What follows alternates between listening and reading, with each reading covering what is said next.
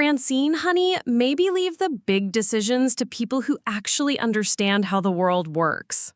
Those words came from my own mother, Victoria Scott, during last Christmas dinner, the same woman who dismissed every warning I'd given our family about the financial crisis that was about to destroy everything we'd built. What she didn't know, 6 months later, I'd be sitting in front of the United States Senate Banking Committee, delivering testimony that would shake Wall Street to its core. I'm Francine Scott. I'm 34 years old, and I'm about to tell you how my family went from treating me like the family disappointment to watching me on C-SPAN, testifying before Congress about the biggest financial scandal in decades. Have you ever been the one person in your family who sees disaster coming but nobody will listen? Drop it in the comments. I want to hear about the times your family treated you like you didn't know what you were talking about.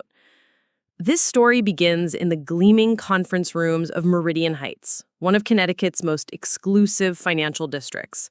But it really starts in my childhood home in Ashbrook Gardens, where every Sunday dinner became a battlefield between what I knew was coming and what my family refused to see.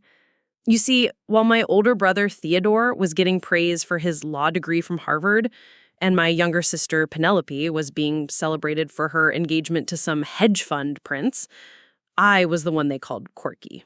The one with the economics PhD who worked for something called regulatory compliance. To them, I wasn't building empires or marrying into wealth. I was just pushing papers and asking uncomfortable questions. But here's what they didn't understand. Those papers I was pushing, they were mortgage derivatives, credit default swaps, the very financial instruments that were about to bring down the entire housing market. My job at Whitmore and Associates wasn't just shuffling documents. I was watching the biggest house of cards in American history getting ready to collapse. For 18 months, I tried to warn them. Every family gathering, every phone call, every casual conversation. Don't invest more in real estate, I'd say. The housing market is built on lies. Theodore would roll his eyes and tell me I was being dramatically pessimistic. Penelope would change the subject to her wedding planning. And my father, Robert Scott, a man who'd built a small fortune in commercial real estate, would pat my head like I was still 7 years old. Francine sees problems everywhere, he'd tell his golf buddies. Always has. Ever since she was little, she's been the worrier of the family. The worrier. That's what they called someone with a doctorate in economics who specialized in financial risk assessment. The worrier. My mother, Victoria, was the worst. She'd actually shush me at dinner parties when I'd try to explain what I was seeing in the mortgage markets. Nobody wants to hear about work at a social gathering, sweetie, she'd whisper, as if my career was some embarrassing hobby I couldn't help bringing up. Meanwhile, Theodore was leveraging everything he owned to buy more investment properties. Penelope and her fiancé, Jonathan Blackwell, were planning to sink their combined savings into a luxury condo development. My parents had just taken out a massive line of credit against their home to expand Dad's real estate portfolio. And me?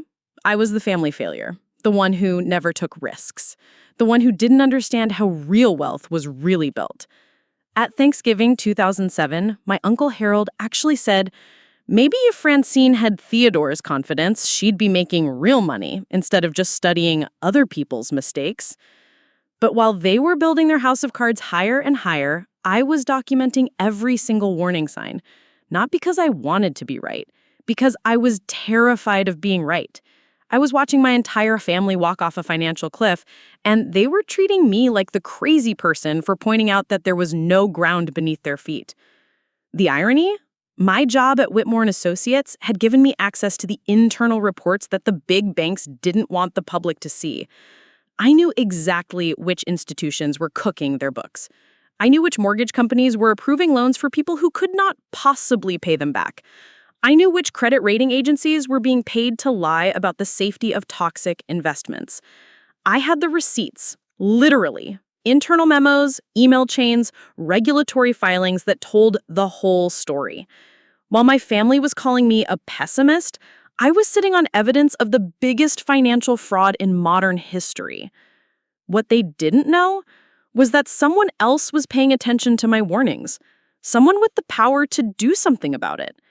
And when the House of Cards finally collapsed, when everything I'd predicted came true, it wasn't my family who came calling. It was the United States Congress. Stick around, because this is the story of how the family disappointment became the star witness in the most important financial hearings of the decade, and how sometimes being right is the best revenge of all. But first, let me tell you about the moment I realized my family wasn't just wrong, they were about to lose everything. You know what the hardest part was? I genuinely believed I could save them. After months of being dismissed and patronized, I decided to take a different approach. Maybe I wasn't explaining things clearly enough. Maybe I needed to show them the evidence in a way they could understand. Maybe, just maybe, if I presented everything perfectly, my family would finally listen. It was March 2008, and the cracks were already starting to show. Bear Stearns had just collapsed. The housing market was beginning its freefall. But my family? They saw it as a temporary correction, an opportunity to buy more properties at discount prices. I spent 3 weeks preparing what I called the Scott Family Financial Reality Check. I'm not kidding. That's what I actually titled the presentation. 47 slides of charts, graphs, mortgage default data, and projections. I printed out copies of the internal Whitmore and Associates reports I was legally allowed to share. I even created a timeline showing exactly how the crisis would unfold over the next 18 months.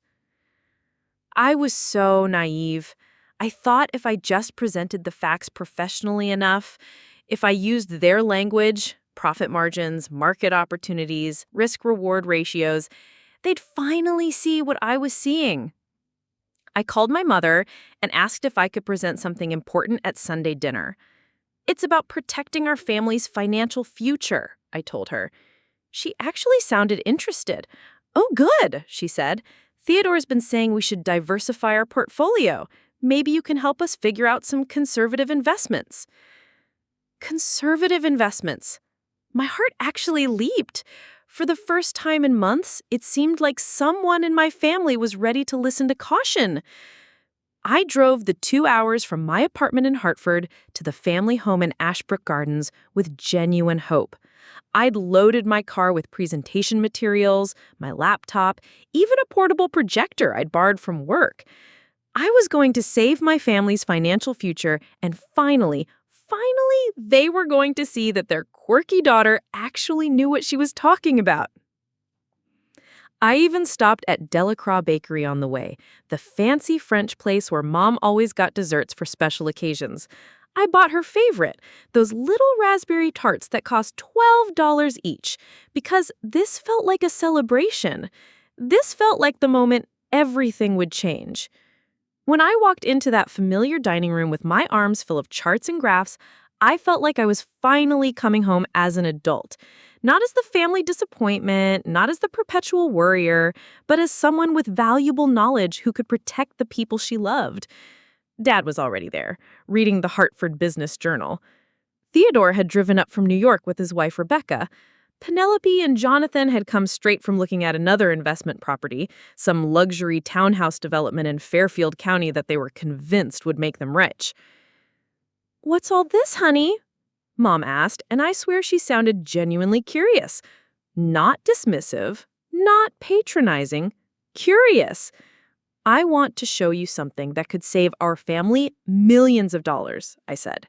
And for the first time in years, everyone actually stopped what they were doing and looked at me. Theodore closed his newspaper.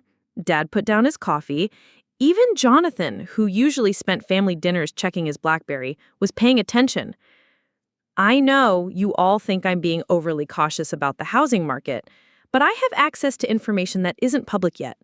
Information that shows we're not in a temporary correction.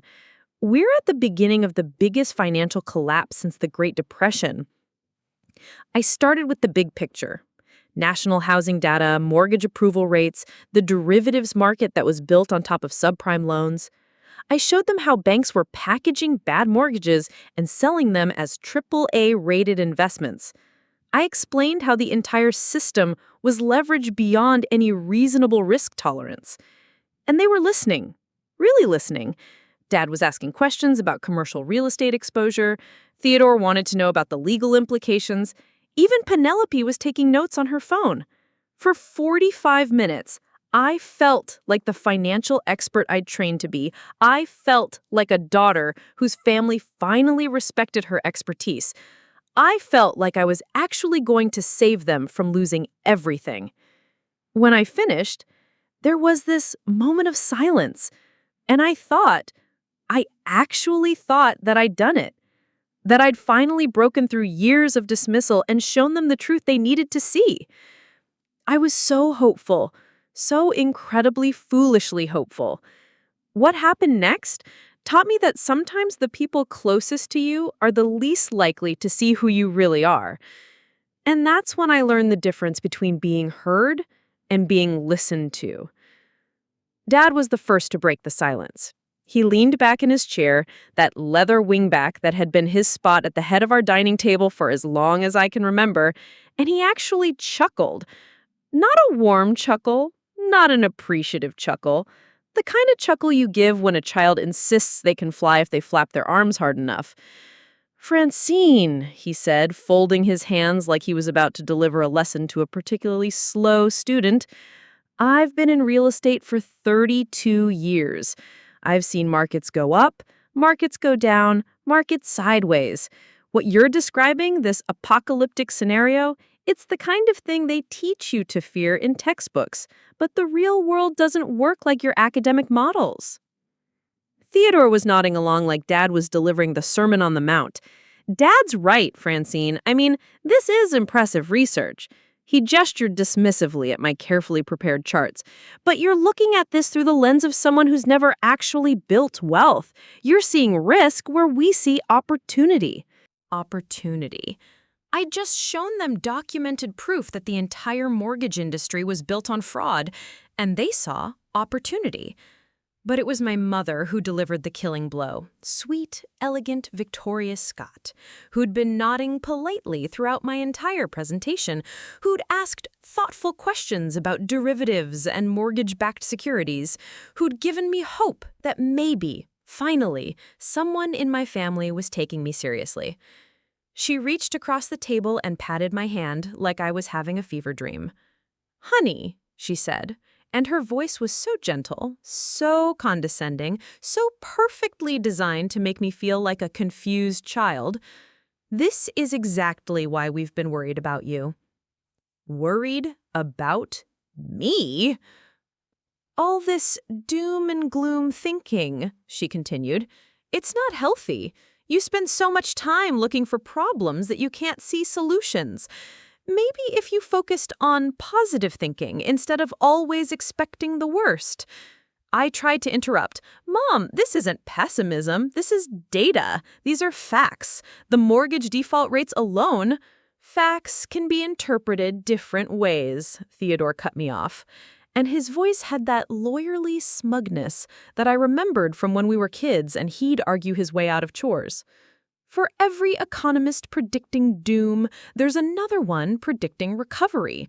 You're cherry-picking the negative data to support your pre-existing bias." Pre-existing bias. My brother, who'd never taken a single economics course in his life, was accusing me of academic bias? That's when Penelope chimed in, and honestly, what she said was worse than all the rest combined. "Francie, I love you, but you've always been like this. Remember when we were kids and you convinced yourself that Dad was going to lose his job because you overheard him talking about budget cuts? You scared yourself so badly that you started saving your allowance for when we'd be homeless." She was laughing, actually laughing, as she told this story. "You've always been the family worrier. It's not your fault. Some people are just naturally anxious, but you can't let your anxiety drive investment decisions for the whole family." Jonathan, who barely knew me but apparently felt qualified to offer psychological analysis, nodded sagely. In my experience, people in regulatory roles tend to see problems everywhere because that's literally their job, to find things that could go wrong. It's a professional hazard. A professional hazard. My PhD in economics, my specialization in financial risk assessment, my access to internal banking data, all of it dismissed as occupational paranoia? But Dad wasn't finished. Oh no, Robert Scott had more wisdom to dispense. Francine, sweetheart, I appreciate that you're trying to help. I really do. But wealth isn't built by people who sit on the sidelines waiting for perfect conditions. While you're studying all these theoretical risks, Theodore is out there making real money. Penelope and Jonathan just put a deposit on a property that's going to double in value within 2 years. This family has always been about taking calculated risks. And right now, with property values temporarily depressed, it's the opportunity of a lifetime. We'd be crazy not to leverage everything we can to buy more real estate. Leverage everything. They were planning to leverage everything, and I was sitting there with proof that the entire system was about to collapse. That's when my mother delivered the final blow. She stood up and started clearing away my presentation materials, my charts, my graphs, my carefully researched projections, like they were dirty dishes. "Francine, honey," she said, stacking my papers into a neat pile, "maybe leave the big decisions to people who actually understand how the world works. You're very smart about your technical stuff, but business decisions require a different kind of intelligence, the kind that comes from actually building something instead of just studying other people's failures. People who actually understand how the world works." I sat there in stunned silence as my family went back to their normal Sunday dinner conversation. Theodore started talking about his latest property acquisition. Penelope showed off photos of the luxury development she and Jonathan were investing in. Dad pulled out architectural plans for expanding his commercial real estate portfolio. And they were all so confident, so absolutely certain that I was the one who didn't understand reality. So convinced that my warnings were just the neurotic fantasies of someone who'd spent too much time in libraries and not enough time in the real world. I packed up my laptop, my borrowed projector, my carefully prepared salvation plan, and I drove home in complete silence. 2 hours of highway stretching ahead of me, 2 hours to replay every dismissive word, every condescending smile that told me I was still the family's confused little girl. That night, I sat in my Hartford apartment with a glass of wine and my laptop, watching the financial news, watching the early warning signs that only people like me were trained to recognize, watching the beginning of exactly what I'd predicted. And for the first time in my life, I found myself hoping I was wrong, not because I wanted to protect my family, but because I was starting to realize that maybe some people have to learn the hard way. What I didn't know was that while my family was dismissing me as a worrier, someone else had been reading my research reports. Someone who understood exactly what those numbers meant. And in 6 months, that someone was going to change my life forever. 2 weeks after that disastrous family dinner, I did something I'd never done in my entire professional life. I called in sick to work when I wasn't actually sick. I couldn't face another day of staring at mortgage default reports that confirmed everything my family had dismissed as anxiety-driven pessimism. I spent that Monday morning in my Hartford apartment, still in my pajamas at noon, watching CNBC report on the latest bank failures. IndyMac had just been seized by federal regulators. Fannie Mae and Freddie Mac were hemorrhaging money. Everything I'd predicted in my presentation was happening exactly as I'd said it would. And all I could think about was Theodore's smug voice telling me I was cherry-picking negative data. By Tuesday, I'd made a decision that would have seemed impossible just a month earlier. I was going to stop trying to save my family from themselves. That afternoon, I walked into my supervisor's office at Whitmore and Associates and requested a transfer.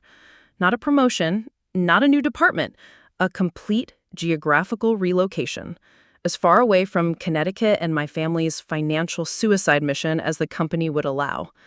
There's an opening in our Portland office, Linda Martinez told me, shuffling through personnel files.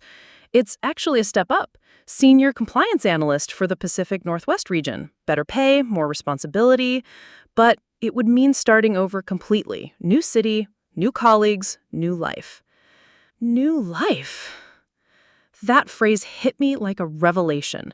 For the first time since college, I could build an identity that wasn't defined by being the Scott family disappointment.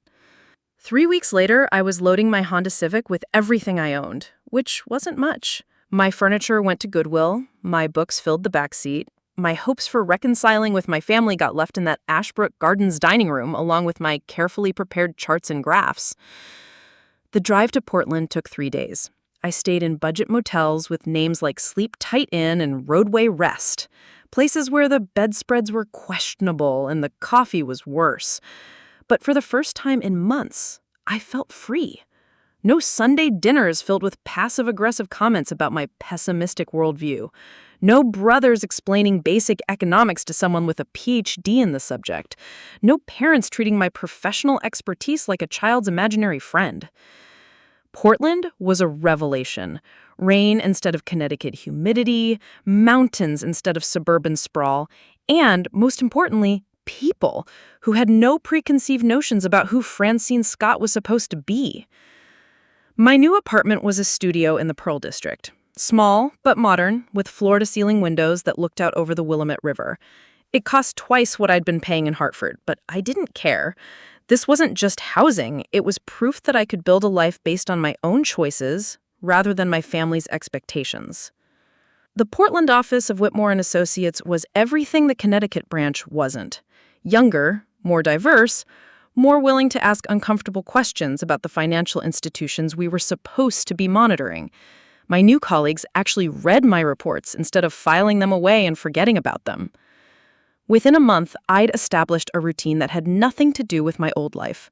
Morning runs along the Columbia River, lunch at food trucks that served cuisine I'd never tried, and evening classes at Portland State University where I was auditing advanced courses in behavioral economics. Not because I needed the credits, but because I wanted to understand why smart people make catastrophically stupid decisions. Like my family. But here's what I didn't expect. The isolation.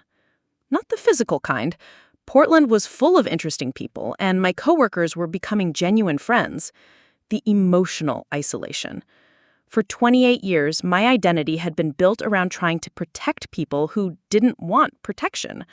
Without that constant struggle, without the weekly battles over Sunday dinner, I felt unmoored.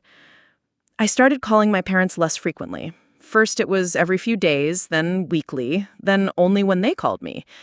And gradually, they stopped calling too. Theodore sent a few emails about his latest property acquisitions, but when I stopped responding with warnings and congratulations, those faded away as well. Penelope's wedding planning updates dried up entirely. By October 2008, we were down to perfunctory holiday greetings and birthday cards. That's when the real crash started. I was in my office on a gray Portland morning when the news broke. Lehman Brothers had filed for bankruptcy, the largest bankruptcy in U.S. history. The credit markets froze, the stock market plummeted, and suddenly every prediction I'd made in that disastrous family presentation was front-page news. My phone started ringing immediately. Not my family, they were nowhere to be heard from, but reporters, financial analysts, other economists who'd been reading my research papers and internal reports. People who understood that I'd been documenting the warning signs while everyone else was still partying. Dr. Scott, this is James Harrison from the Wall Street Journal. We understand you've been tracking the mortgage derivatives crisis for over 2 years. Would you be available for an interview? Ms. Scott, this is Rachel Dim from Bloomberg. We're doing a piece on regulatory analysts who predicted the housing collapse. Your name keeps coming up. Francine, this is David Chen from the Financial Times. We'd like to quote some of your research in our analysis of the banking crisis. For the first time in my professional life, people were calling me an expert instead of a worrier. But the call that changed everything came on a Thursday afternoon in November. I was reviewing foreclosure data for Oregon banks when my assistant buzzed in. Dr. Scott, there's someone on line 3 from Washington, D.C. Says it's regarding congressional testimony. Congressional testimony? I almost laughed. After months of my family treating me like I was unqualified to balance a checkbook, Congress wanted to hear what I had to say about the financial crisis. The voice on the other end was crisp, professional, and slightly intimidating. Dr. Scott, this is Jennifer Walsh from the Senate Banking Committee. We're conducting hearings on the causes of the current financial crisis, and your research has been brought to our attention by several banking regulators. Would you be available to provide expert testimony before the committee? Expert testimony. Before Congress. About everything my family had dismissed as academic fear-mongering. I said yes before I'd even consciously decided to say yes. That night, I sat in my Pearl District apartment, looking out over the Portland skyline, and for the first time since leaving Connecticut, I thought about calling my family. Not to warn them, not to protect them, not to save them from their own decisions, just to tell them that someone, somewhere, thought their worrier daughter might actually know what she was talking about. But I didn't call, because I realized that their opinion of my expertise mattered a lot less than it used to. And in 2 months, I'd be sitting in front of the United States Senate, explaining exactly how the financial crisis I'd predicted had destroyed millions of American families, including my own. The congressional testimony was still 6 weeks away, but something unexpected started happening in Portland. People began recognizing me. Not celebrity recognition. I wasn't signing autographs or anything ridiculous like that, but at coffee shops, at the grocery store, even on my morning runs, strangers would approach with a mix of curiosity and gratitude.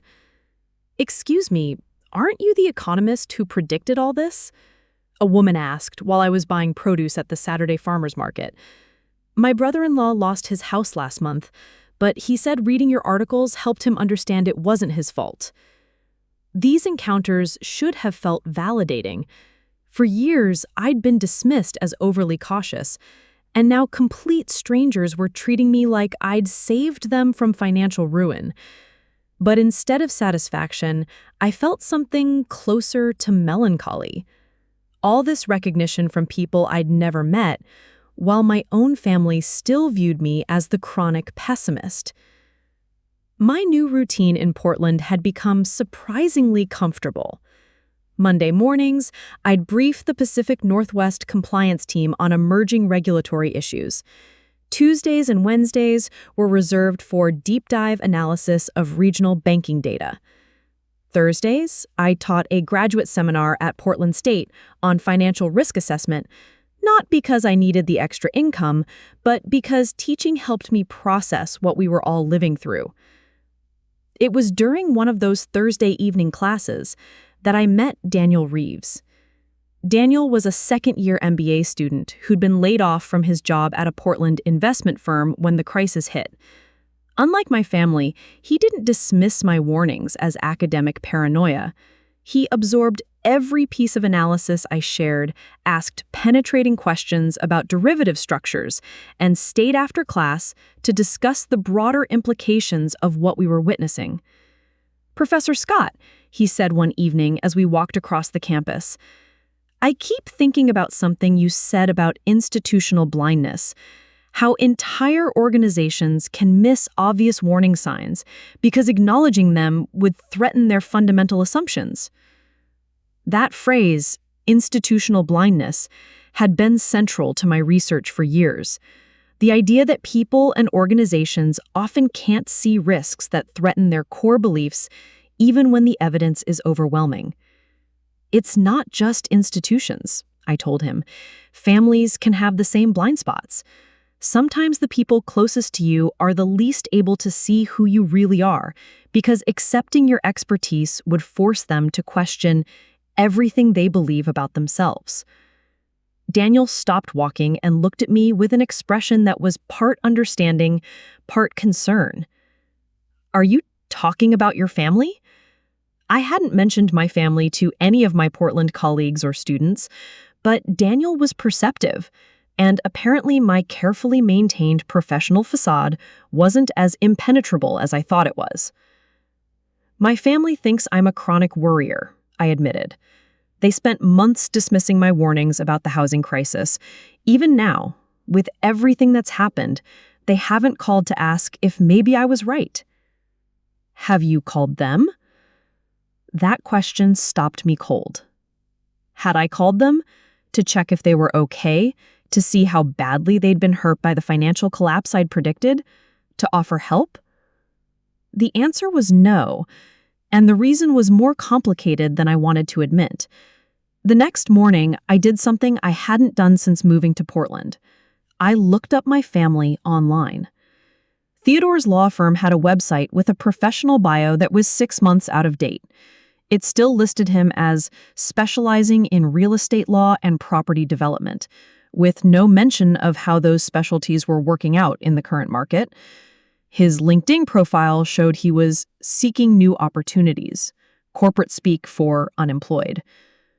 Penelope's engagement announcement was still in the online archives of the Hartford Business Journal, but a search of recent society pages showed no wedding coverage.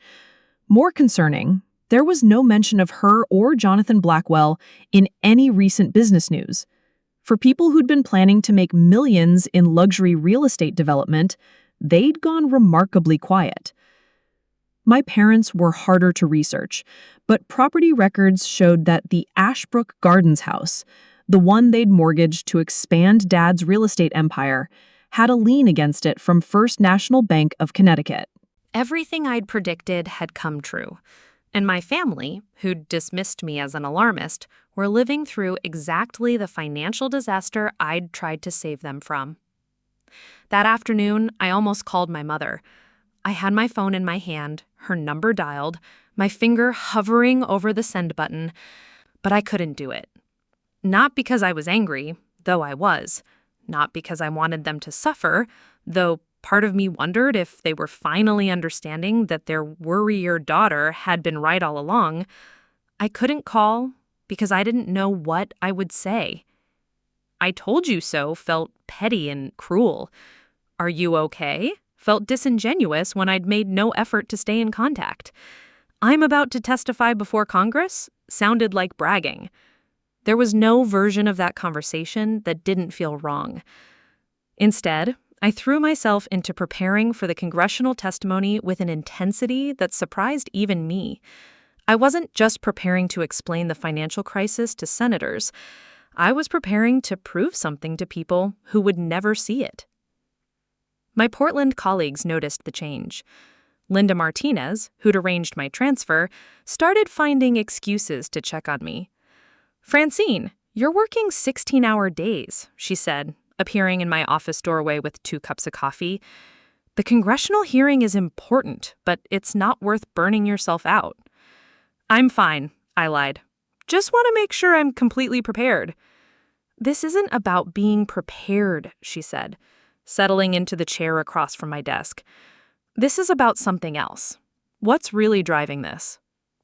Linda had become more than a supervisor in Portland. She was the closest thing I had to a mentor. And mentors, unlike families, sometimes see you more clearly than you see yourself.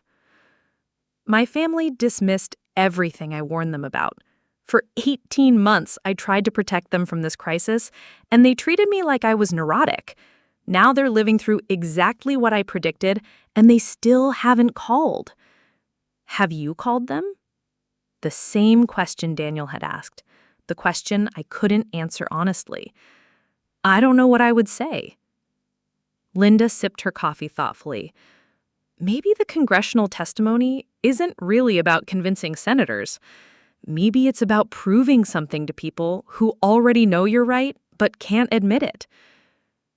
That night, I had a dream about the Ashbrook Gardens dining room. I was standing at the head of the table where my father usually sat, presenting my financial crisis research to an empty room. My charts and graphs were perfect. My data was irrefutable. My conclusions were brilliant. But there was no one there to hear them. I woke up with a clarity I hadn't felt in months. The congressional testimony wasn't about my family. It wasn't about proving I'd been right or they'd been wrong. It was about using my expertise to help prevent other families from going through what mine was experiencing. For the first time since leaving Connecticut, I felt like I knew exactly who Francine Spot was supposed to be. But I still didn't call home. The email arrived on a Tuesday morning that would change everything. I was in my Portland office, reviewing testimony notes for the 100th time, when my computer chimed with a new message.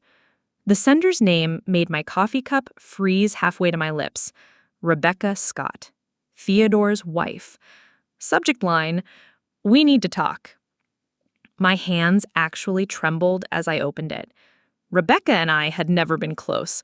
She had always been polite but distant, treating me like Theodore's eccentric younger sister who worked in some incomprehensible government job. But the message I read wasn't polite or distant. It was desperate.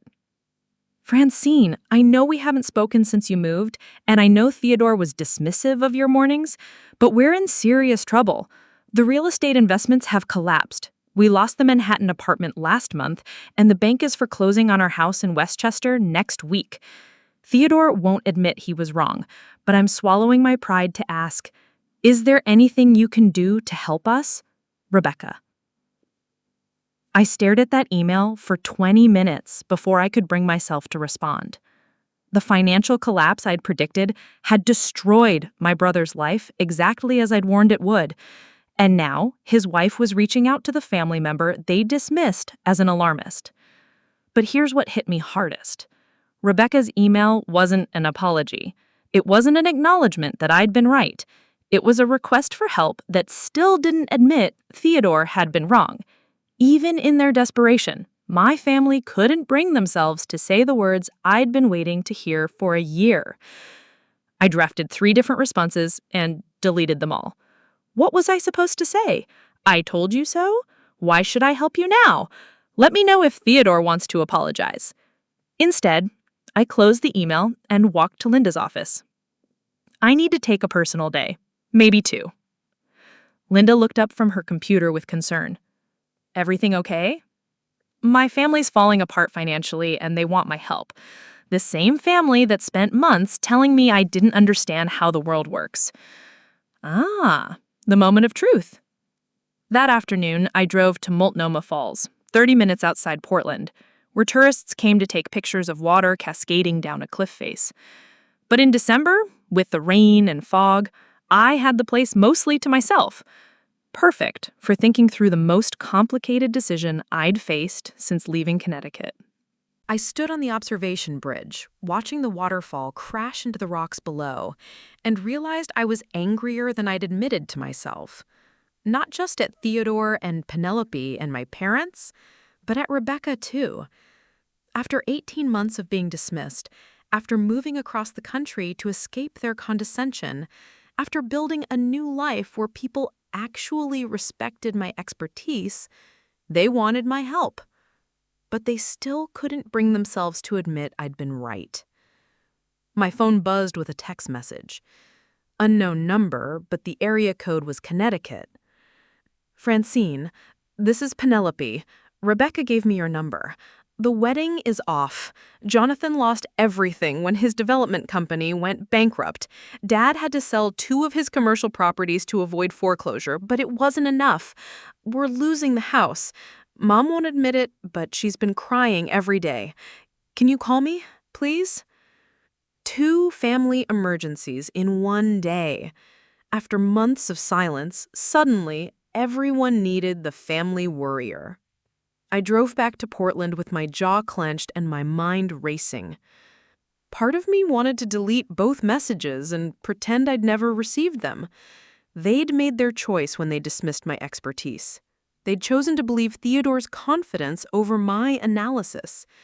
They'd chosen to trust their instincts over my education. Now they could live with the consequences. But another part of me, the part that had always been the protector, the one who stayed up late worrying about everyone else's problems, couldn't just abandon them. Even after everything they'd said, even after all the dismissal and condescension, they were still my family. That evening, I called Daniel Reeves. Of all the people in my Portland life, he was the one who understood family dynamics and financial crises from a personal perspective. "Professor Scott, is everything okay?" "My family reached out," I told him. "They're facing foreclosure, bankruptcy, everything I warned them about, and they want my help." "That must feel complicated." Complicated. That was exactly the right word. They haven't apologized. They haven't admitted I was right. They just want me to fix their problems. "What do you want to do?" "I want them to acknowledge that their worrier daughter actually knew what she was talking about. I want them to admit that dismissing my expertise was a mistake. I want them to understand that my PhD means something." And if they don't? That question hung in the air. If they didn't acknowledge my expertise, if they couldn't admit they'd been wrong, what then? Did I help them anyway? Did I let pride get in the way of protecting people I loved? "Daniel, can I ask you something personal? When you lost your job at the investment firm, did anyone from your family blame you for not seeing it coming?" "Actually, yes. My dad kept saying I should have known the firm was in trouble, should have found something more secure." "How did that feel?" "Awful. But you know what felt worse? Realizing he was right to be disappointed. I had access to information that should have warned me, but I ignored it because I wanted to believe everything was fine." That hit me like a physical blow. Daniel was describing the exact opposite of my situation. I'd seen the warning signs and tried to sound the alarm, while his family blamed him for not seeing what was coming. But we'd both ended up in the same place, dealing with family members who blamed us for financial disasters we couldn't control. "Professor Scott, here's what I learned.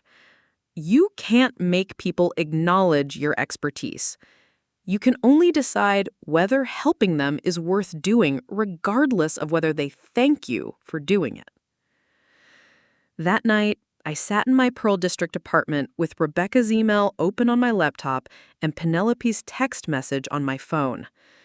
Outside my windows, Portland sparkled in the rain, beautiful and distant from the chaos my family was living through back in Connecticut. I could help them. Not financially, I didn't have that kind of money, but I had knowledge, connections, resources they didn't. I could connect them with bankruptcy attorneys who specialized in real estate collapse. I could help them understand which debts to prioritize and which assets to protect.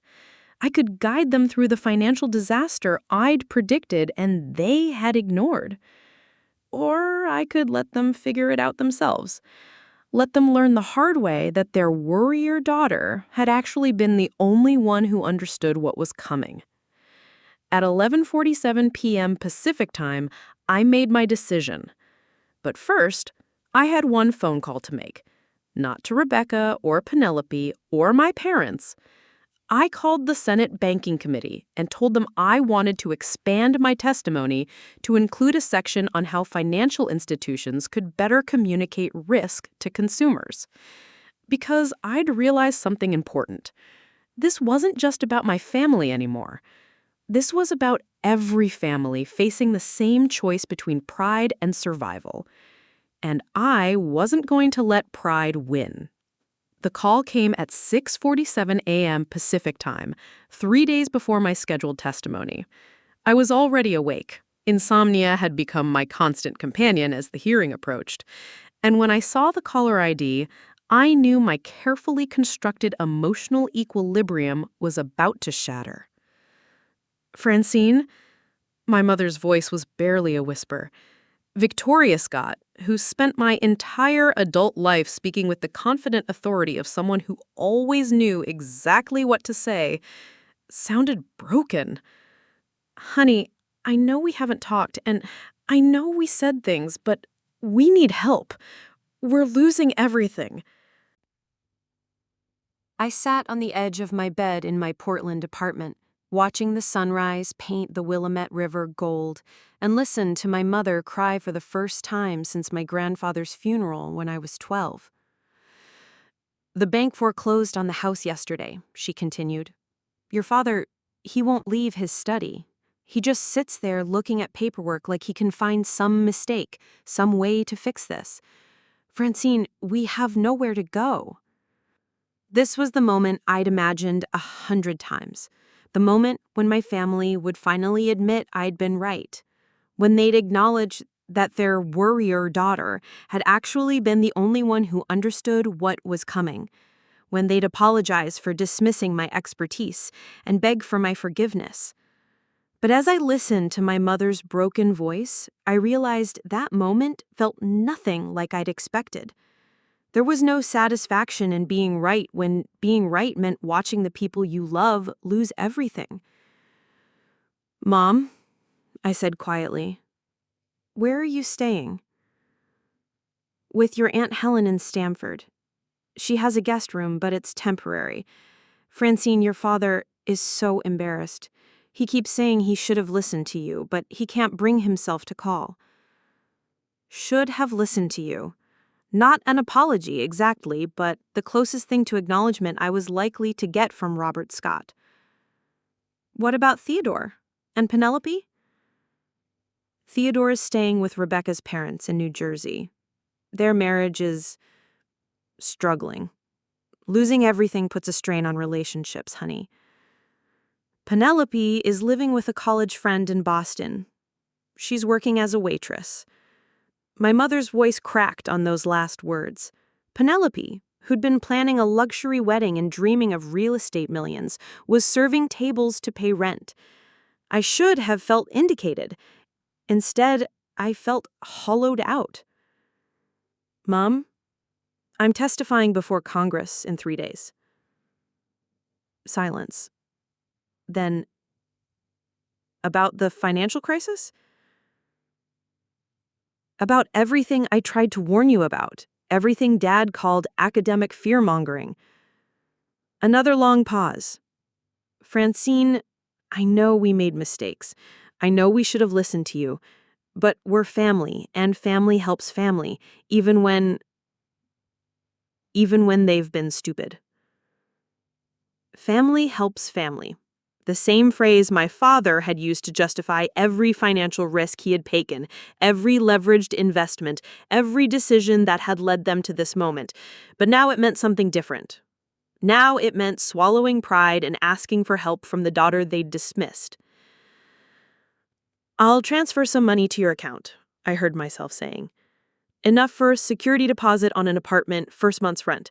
But Mom, I can't fix this. The damage is too extensive." "We don't expect you to fix everything. We need to know you don't hate us." Hate them? After 18 months of dismissal, after being called a worrier and a pessimist, after moving across the country to escape their condescension, did I hate them? "I don't hate you." And I realized it was true. "I'm angry and I'm hurt, but I don't hate you."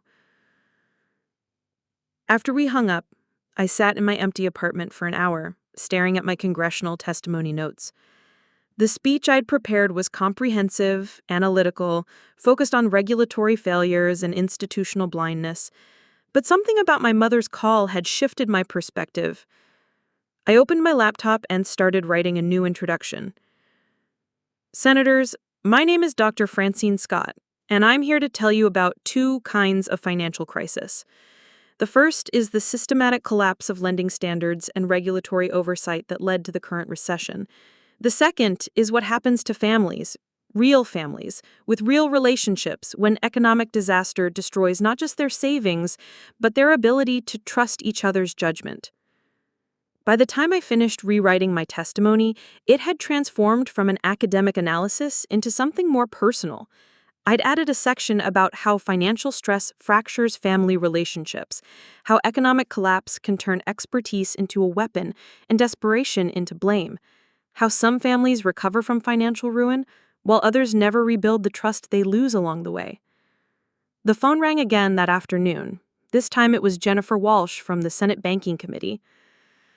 Dr. Scott, we've received your revised testimony outline.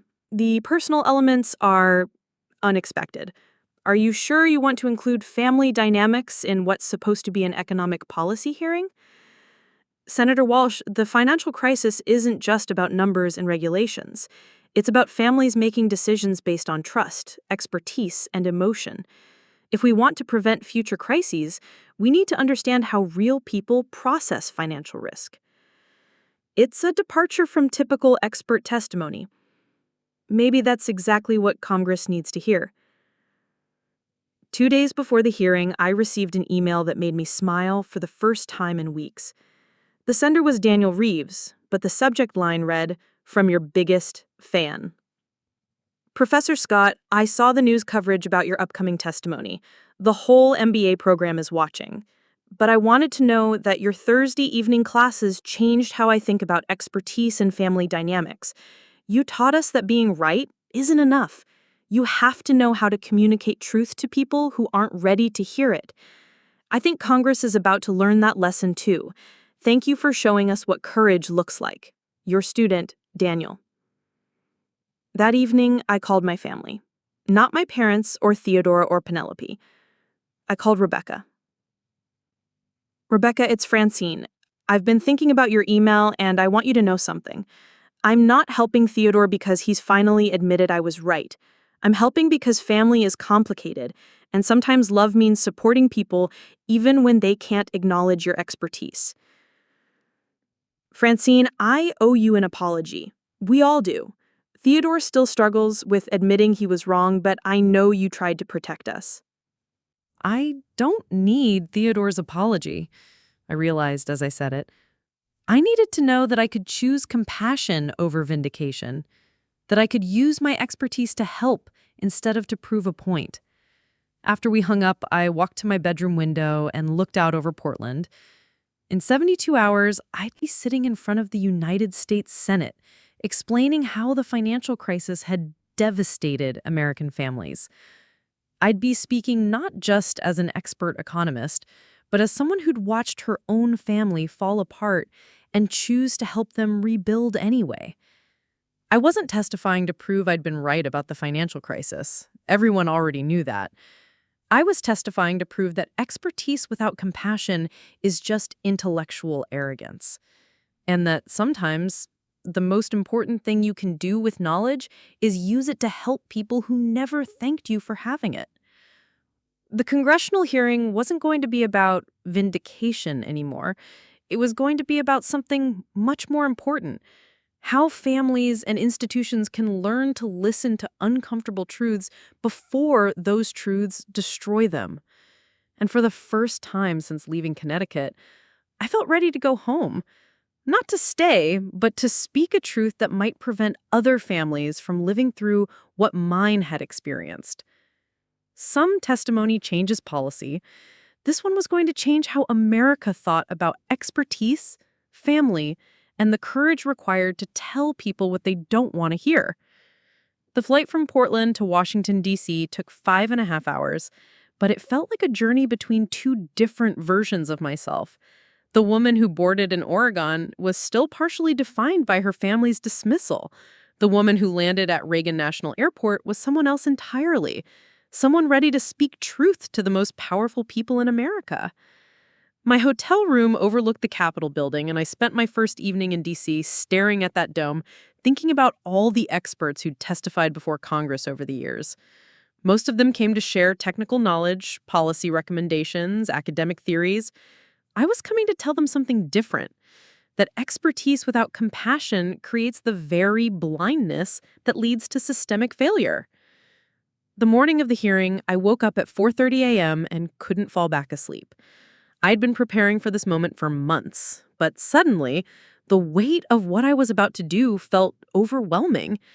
I wasn't just representing my own research. I was speaking for every expert who'd been dismissed by people too proud to listen, every family member who'd watched their loved ones make devastating decisions despite clear warnings. I put on my navy blue suit, the same one I'd worn to job interviews when I first started at Whittemore and Associates. Professional, serious, but not intimidating. I wanted the senators to see me as credible, but approachable, expert, but human. The Hart Senate office building was everything I'd expected. Marble floors, imposing columns, the kind of architecture designed to remind visitors that democracy is serious business. But walking through those hallways, I felt something I hadn't anticipated. Calm.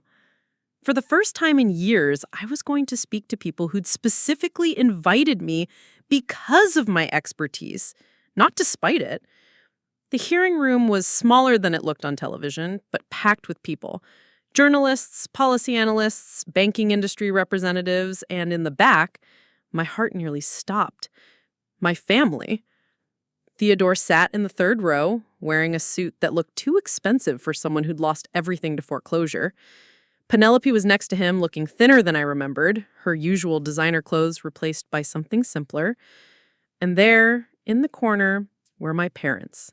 My father looked older, gray in a way that had nothing to do with age. My mother kept fidgeting with her purse strap, a nervous habit I inherited. They'd come to watch me testify. After 18 months of dismissing my expertise, they'd traveled to Washington, D.C. to hear me speak to the United States Senate about the financial crisis they'd refused to believe was coming. Dr. Scott, Jennifer Walsh appeared at my elbow. The committee's ready for you. I walked to the witness table, placed my prepared statement in front of me, and looked up at 9 senators arranged in a semicircle. Senator Thomas Richardson, the committee chairman, had that practiced politician smile that managed to be both welcoming and intimidating. Dr. Scott, for appearing before this committee, we understand you have unique insights into both the regulatory failures that led to the current crisis and the human impact of those failures. I adjusted the microphone and began.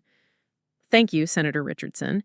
My name is Dr. Francine Scott, and for the past 4 years, I've worked in regulatory compliance for mortgage derivatives and credit default swaps. I've also spent the last 18 months watching my own family make financial decisions that I knew would destroy them, despite my repeated warnings. A murmur went through the room. Congressional testimony typically doesn't start with personal family drama. I'm here today to tell you about 2 kinds of institutional blindness. The first is the systematic failure of regulatory agencies to communicate risk to the public, and the second is what happens when expertise is dismissed by the very people it's meant to protect. I looked directly at my family as I said those words. Theodore staring at his hands. Penelope had tears in her eyes. My parents were looking at like they were watching their daughter grow up and fast forward. Senators, in March of 2008, I presented a detailed analysis to my family showing exactly how the subprime mortgage crisis would unfold. I had access to internal banking data, regulatory reports, and derivative trading information that clearly indicated systematic fraud and imminent collapse. My family's response was to dismiss my warnings as academic fear-mongering and suggest I was too pessimistic to understand how wealth is actually built. Senator Patricia Williams leaned forward. Dr. Scott, are you suggesting that regulatory experts should override family investment decisions? No, Senator Williams. I'm suggesting that when experts are consistently dismissed as alarmists, when technical knowledge is treated as personality defect rather than professional qualification, we create the conditions for both individual and systematic financial disaster. I pulled out my first exhibit, a timeline of my family's investment decisions alongside the warning indicators I'd identified. Between March 2008 and October 2008, my brother leveraged additional properties despite clear evidence of mortgage default increases. My sister invested her savings in luxury real estate development, despite documented downturns in high-end construction. My parents mortgaged their family home to expand a commercial real estate portfolio, despite regulatory reports showing commercial lending instability. Senator Richardson interrupted. Dr. Scott, with respect, family investment decisions seem outside the scope of banking regulation. Senator, that's exactly the problem. We treat individual financial decisions as separate from systematic risk, when they're actually the same phenomenon at different scales. My family dismissed my expertise for the same reason banking executives dismissed regulatory warnings, because acknowledging the risk would have required admitting their fundamental assumptions were wrong.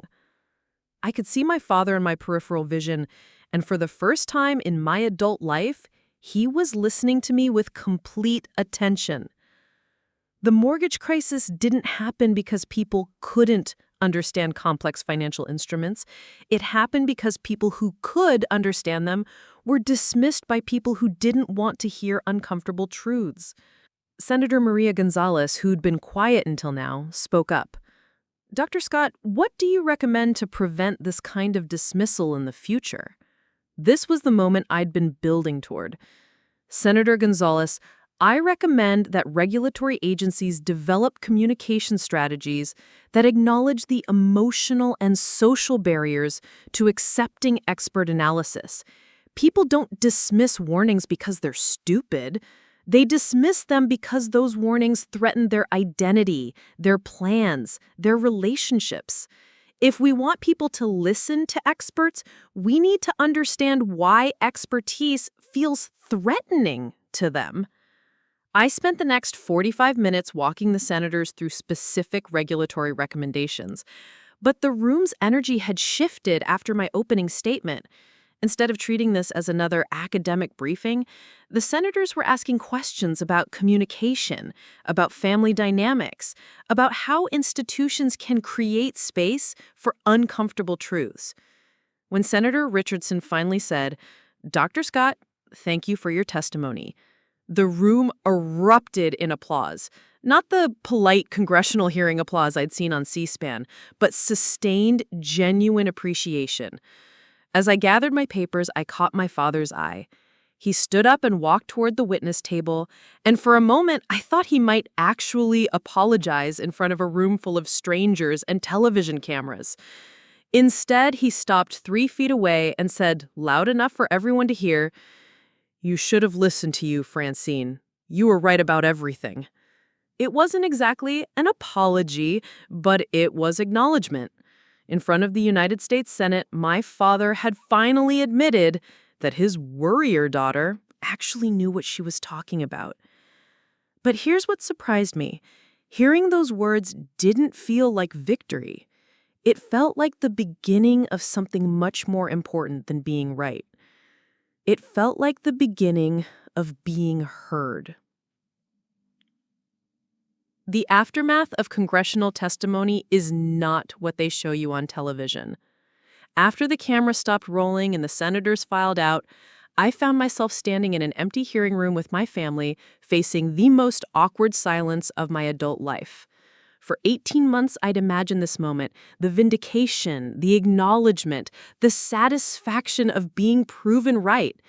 But standing there in the Hart Senate office building, watching my father struggle to find words and my mother dab at her eyes with a tissue, I realized that being right had cost all of us more than I ever intended. Francine, we came because we needed to see it. Theodore interrupted, his voice barely above a whisper. We needed to see you being you, the expert you always were. It was the closest thing to an apology I was going to get from my older brother, and somehow that was enough. The next 3 hours changed everything. We walked to a quiet restaurant near the Capitol, and for the first time since I'd moved to Portland, my family asked me questions about my work. Real questions. technical questions. Questions that acknowledged I might actually know what I was talking about. Francine, when you were showing us those derivative structures in March, I thought you were making it more complicated than it needed to be. I didn't understand that the complexity was the problem.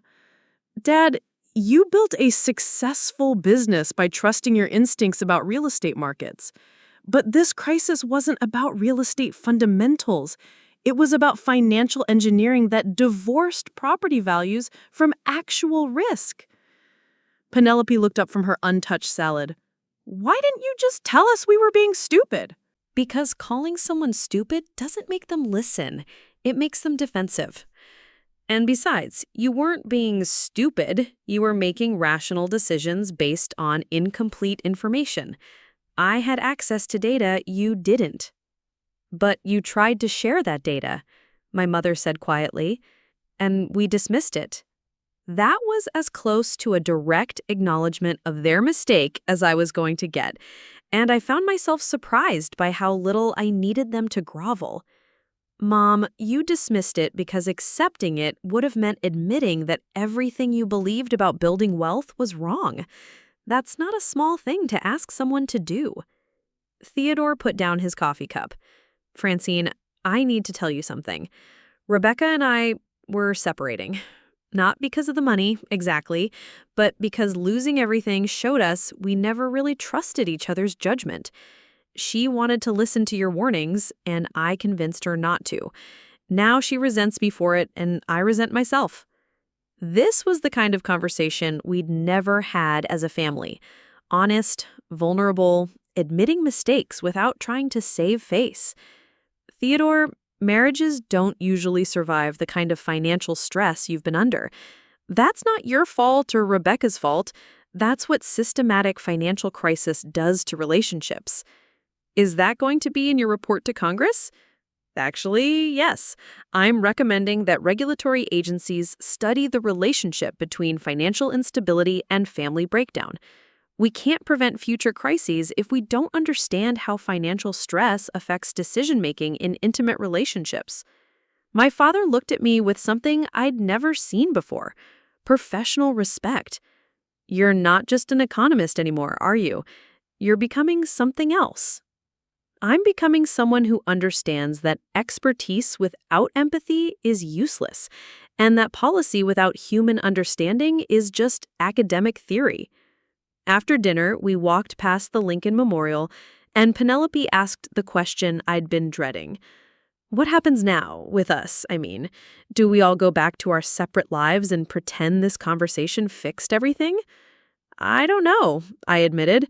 I don't think we can go back to the way things were. Too much has happened.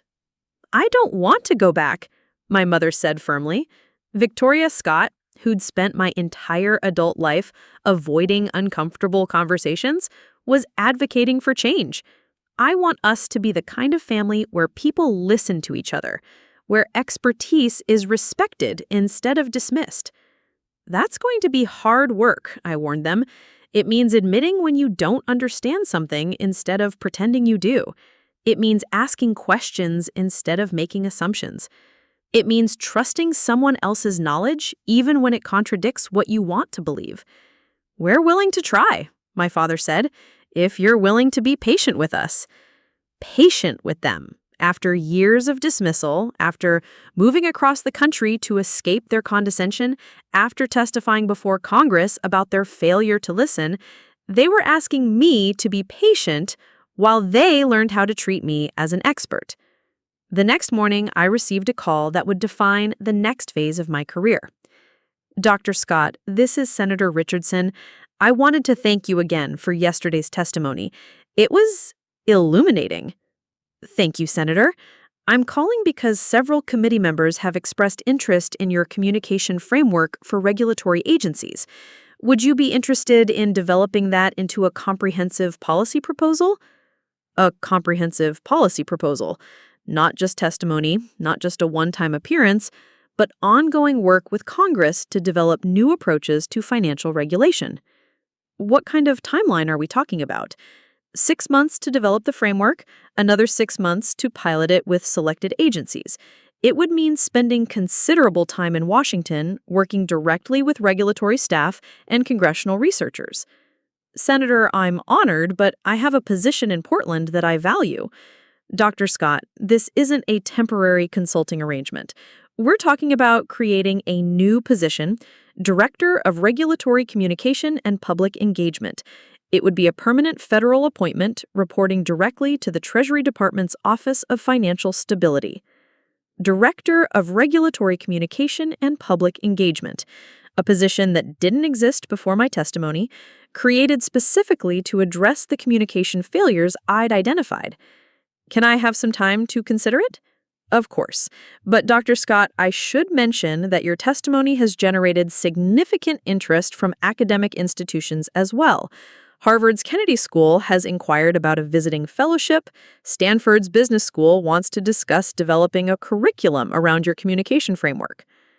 Harvard, Stanford, institutions that represented the pinnacle of academic achievement, offering me opportunities that would have seemed impossible 18 months ago when my family was dismissing me as an alarmist.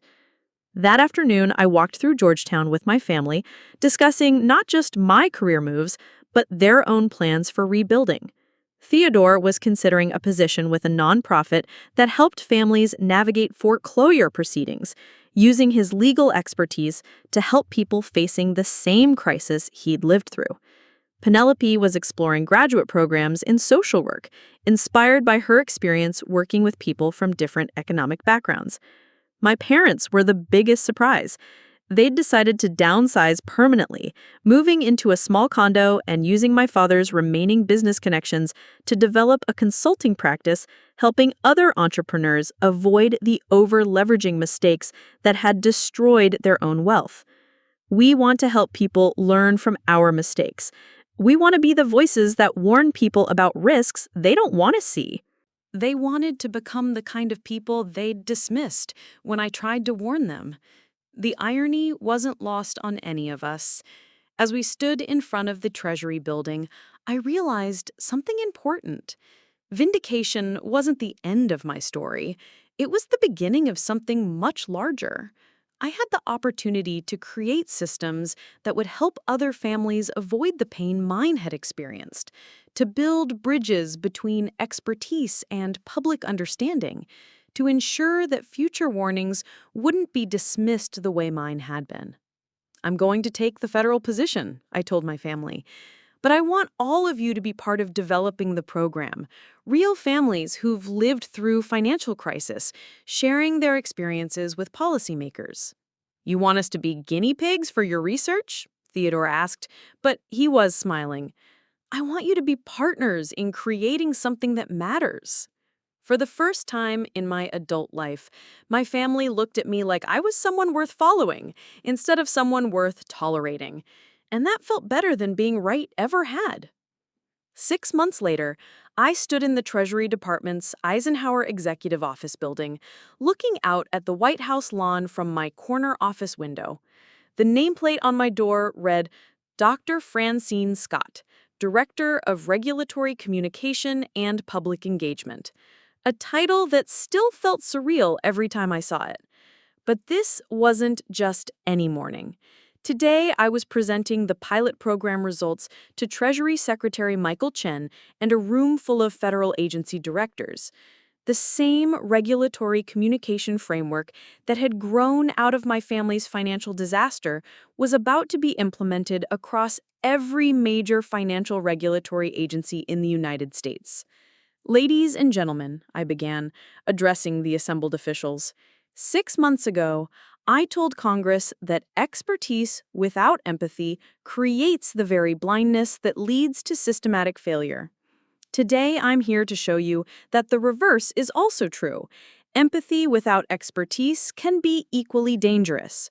The solution isn't choosing between technical knowledge and human understanding, it's integrating them. I clicked to my first slide, showing comparative data from our pilot program with 12 regional banks. Traditional regulatory warnings about risky lending practices resulted in 23% compliance improvement over 6 months, Our new communication framework, which acknowledges the emotional and business pressures that lead to risky behavior, achieved 67% compliance improvement in the same period. Secretary Chen leaned forward. Dr. Scott, walk us through what acknowledging emotional pressures looks like in practice. Mr. Secretary, instead of telling bank executives that their lending practices violated safety guidelines, we helped them understand why those guidelines exist and how violation patterns develop gradually through institutional pressure. We treated them as intelligent professionals making systematic errors rather than as reckless actors ignoring obvious rules. I advanced to the next slide, showing survey responses from participating institutions. 92% of bank executives in our pilot program reported that they felt heard and understood by regulators for the first time in their careers. 87% said they were more likely to report potential problems early rather than wait until violations became severe. Federal Reserve Chair Patricia Williams spoke up. Dr. Scott, this sounds like therapy for bankers. How do we ensure that empathy doesn't become enabling? Mr. Williams, that's exactly the right question. Empathy isn't about accepting excuses, it's about understanding motivations so you can change them. When we understand why smart people make dangerous decisions, we can design systems that make safer decisions easier and more rewarding. I spent the next 20 minutes walking through specific case studies, but the room's energy had shifted after that exchange. Instead of skeptical bureaucrats protecting their turf, I was speaking to people who recognized a genuinely new approach to regulatory effectiveness. After the presentation, Secretary Chen invited me to his private office. Francine, may I call you Francine? What you've developed here isn't just regulatory reform, it's a new model for how government agencies can communicate with the industries they oversee. Thank you, Mr. Secretary, but I should mention that this framework didn't develop in isolation. My family's experience with financial crisis taught me that dismissing expertise and dismissing emotions are often the same mistake. I've read your congressional testimony. Using your personal experience as a foundation for policy development was unconventional. Mr. Secretary, most policy development treats human behavior as a technical problem, but people don't make financial decisions based on purely rational analysis. They make them based on trust, fear, pride, hope, and dozens of other emotions that traditional regulatory approaches ignore completely. Secretary Chen walked to his window, looking out at the same White House view I had from my office. Francine, may I call you Francine? I'm going to be direct. The president wants to expand your program nationally, not just financial regulation. All federal agencies that interact with private industry, health and human services, environmental protection, labor, transportation. We're talking about fundamentally changing how the federal government communicates risk to the American public. All federal agencies. The communication framework I'd developed from my family's stubborn refusal to listen to warnings was about to become the standard for how America's government talks to its citizens. That's a massive undertaking. Which is why we want you to lead it. The position would be Deputy Assistant Secretary for Public Risk Communication, reporting directly to me. You'd have a staff of 50, a budget of $12 million, and the authority to implement communication standards across every cabinet-level department. Deputy Assistant Secretary. At 35 years old, I was being offered a position that would make me one of the youngest senior officials in federal government. Mr. Secretary, I'm honored, but I need to ask something that might sound strange. Would this position allow me to continue working with families who have experienced financial crisis? Real people, not just policy abstractions. Francine, that would be central to the role. We can't develop effective public communication without understanding how real families process complex information. Your personal experience with family financial dynamics isn't a liability. It's your greatest qualification. That afternoon, I called my family to share the news. The conversation took place on a conference call that would have been impossible 18 months earlier. All of us participating as equals, asking thoughtful questions, treating each other's expertise with respect. Francine, this is incredible, Penelope said from her graduate school apartment in Boston. You're going to be setting communication policy for the entire federal government. I'm going to be trying to help other families avoid what we went through, I corrected. The title is nice, but the mission is what matters.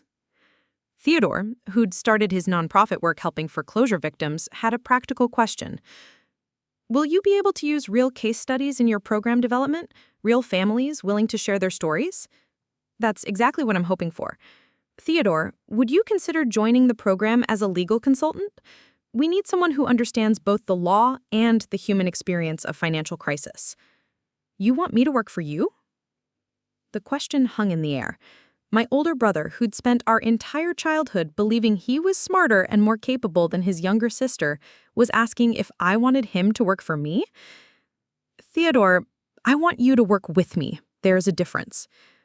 My father's voice came through clearly. Francine, what can your mother and I do to help? Dad, I want you both to be part of the Family Advisory Council. We need people who've made financial mistakes to help us understand how families rationalize risky decisions. You two have more experience with that than anyone I know. I heard my mother laugh, actually laugh at that comment. Using our stupidity to help other people be less stupid? Using your experience to help other people recognize warning signs before they become disasters. After we hung up, I sat in my Treasury Department office looking at the organizational chart I'd been asked to develop for the new national program. Deputy Assistant Secretary for Public Risk Communication. 50 staff members, $12 million budget, authority to change how the entire federal government talks to American families about risk. 2 years ago, my family had dismissed my expertise as worry-mongering. Today, the United States government was asking me to design the systems that would help families understand and respond to complex risks. But here's what felt most important. This wasn't about proving I'd been right. This was about using everything I'd learned, from family dynamics, from financial crisis, from being dismissed and vindicated and forgiven, to build something that would protect people I'd never meet from disasters they couldn't yet imagine. The next morning, I accepted the position, not because it vindicated my expertise, but because it gave me the platform to ensure that other families would have access to clear, empathetic, actionable information about the risks they faced. My family's financial disaster had taught me that expertise means nothing if you can't communicate it to people who don't want to hear it. Now I had the opportunity to teach that lesson to the entire federal government. Some people get promoted because they're good at their jobs.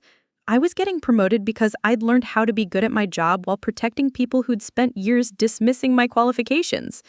And somehow, that felt like the most important expertise of all. Senator Gonzalez spoke up. Deputy Secretary Scott, critics have argued that your approach is too lenient, that treating violators with empathy undermines regulatory authority. This was the question I'd been waiting for. Senator Gonzalez, empathy isn't leniency, it's effectiveness. When we understand why people make risky decisions, we can design systems that make safer decisions more attractive and accessible. Punishment-based regulation creates incentives to hide problems until they become disasters. Trust-based regulation creates incentives to address problems before they escalate. I advanced to a slide showing financial sector compliance data. In the banking sector, our pilot program identified 847 potential lending violations in their early stages, allowing for course corrections before any consumer harm occurred.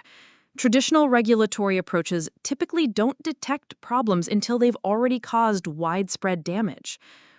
Senator Thomas Chen, no relation to Treasury Secretary Chen, raised his hand.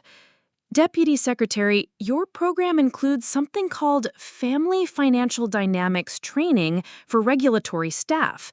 Can you explain why federal employees need to understand family psychology? Senator Chen, financial regulations ultimately affect families, not institutions.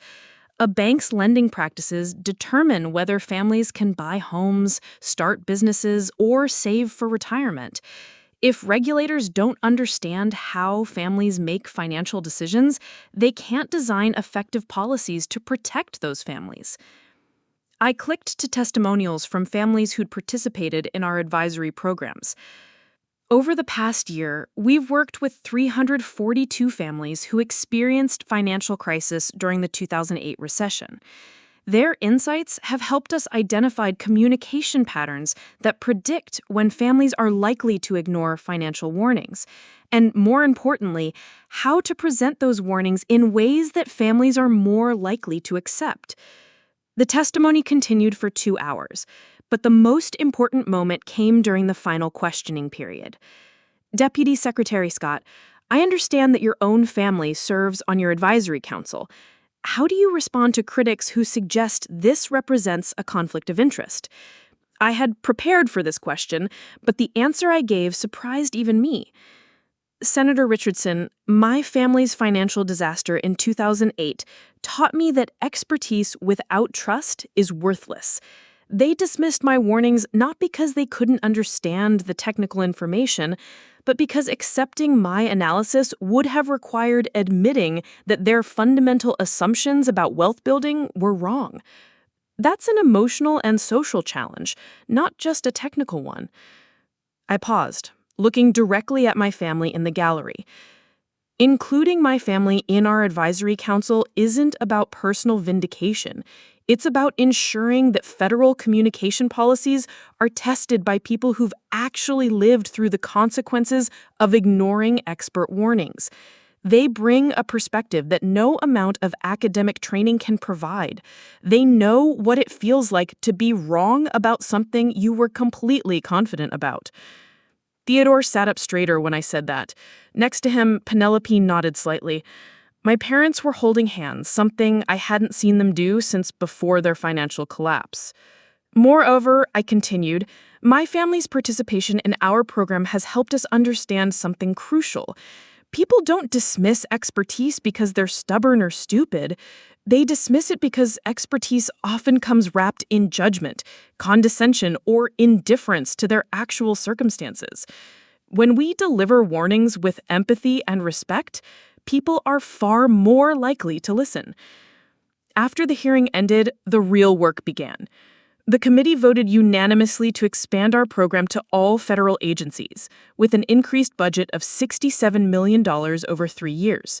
More than that, they recommended that our communication framework become the standard for all government interaction with the public, from health advisories to environmental warnings to national security alerts. But the moment that mattered most came in the hallway afterward, when Senator Richardson approached my family directly.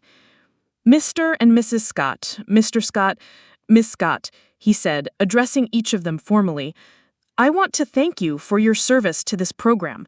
Your willingness to share your experiences publicly has helped us develop policies that will protect millions of American families.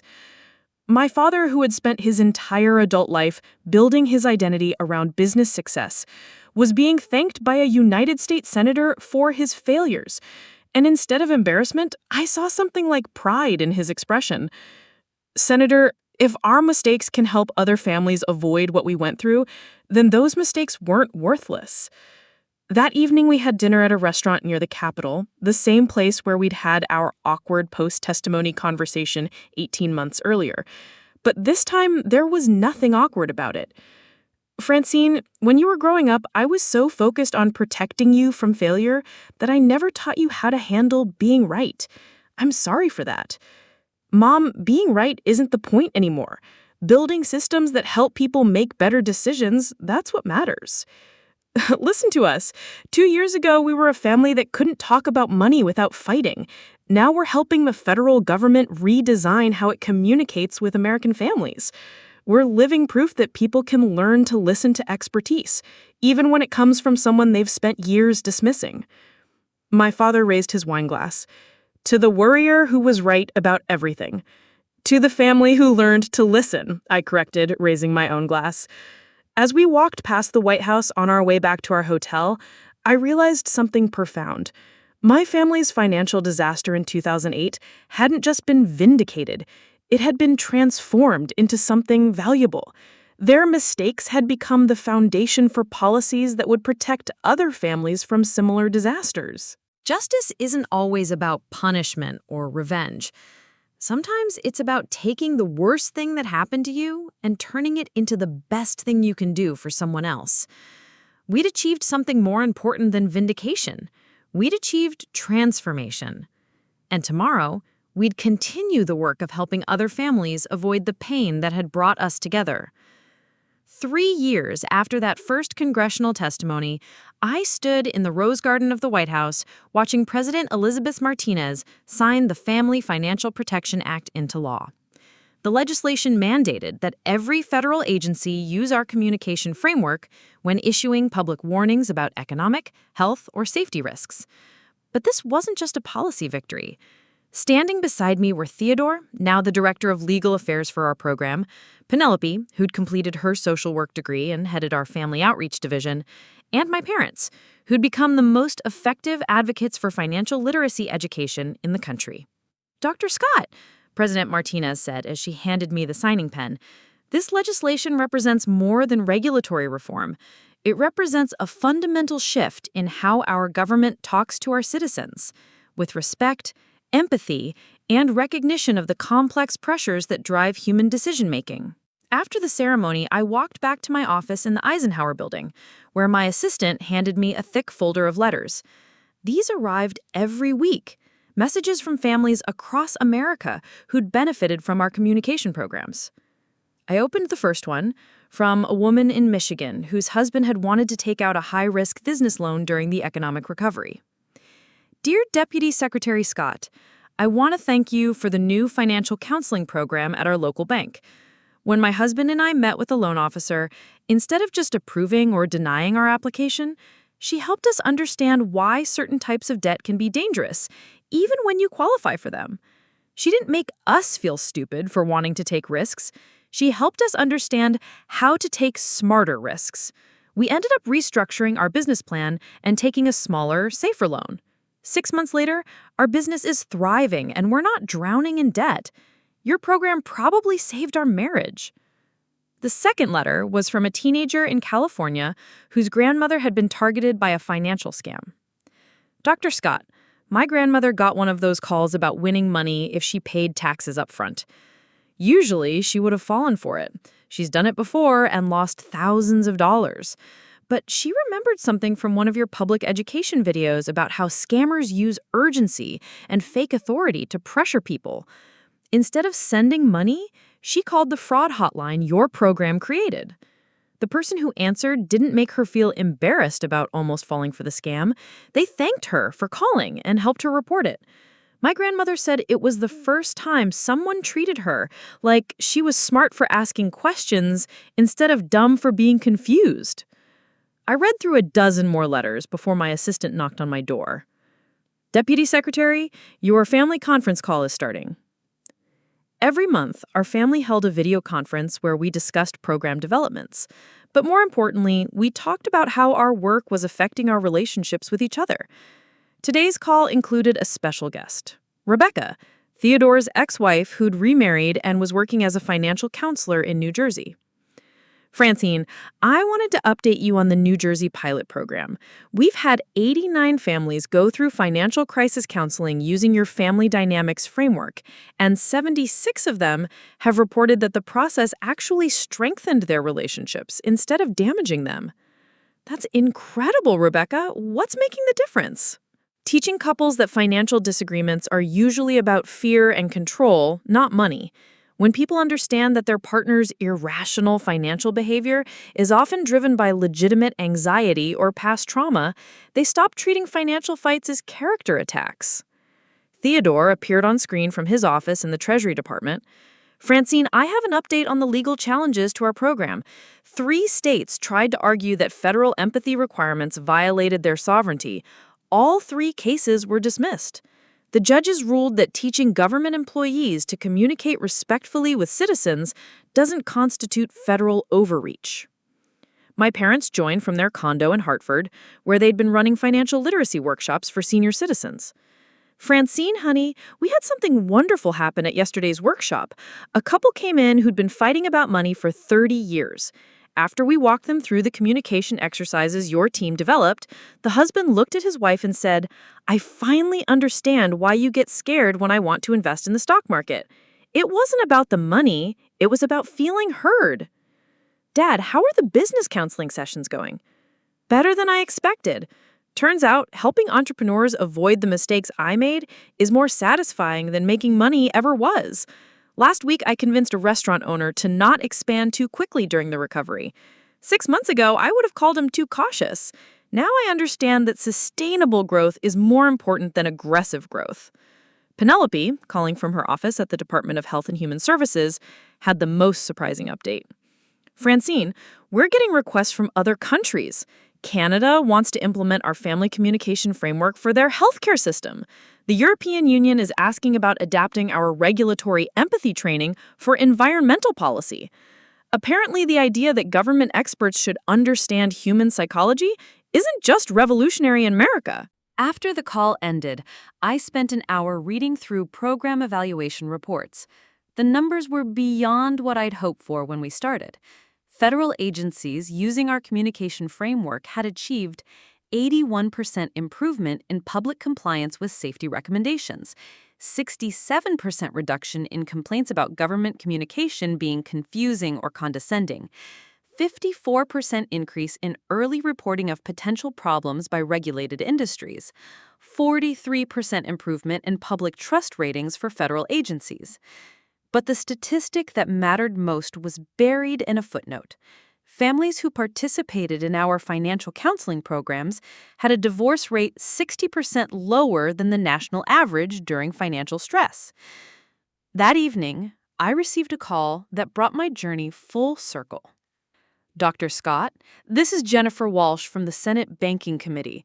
I'm calling because Senator Richardson is retiring, and the committee wants to hold a hearing celebrating the success of regulatory communication reform.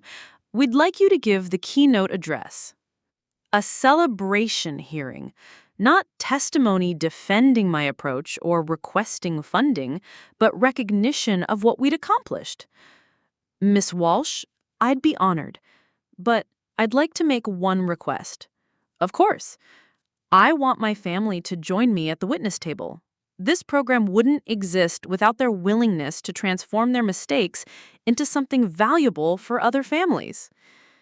2 weeks later, I stood in the same Senate hearing room where I'd first testified about my family's financial crisis. But this time, I wasn't alone. Theodore sat to my right, Penelope to my left, and my parents beside her. We weren't there as expert and examples. We were there as partners. "Senators," I began. 5 years ago, I testified before this committee about 2 kinds of institutional blindness.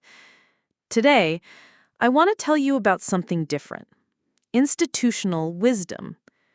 We've learned that the best policies come not from experts who've never failed, but from partnerships between people who understand complex systems and people who've lived through the consequences of those systems failing. I gestured toward my family. The people sitting beside me aren't here because they made perfect financial decisions.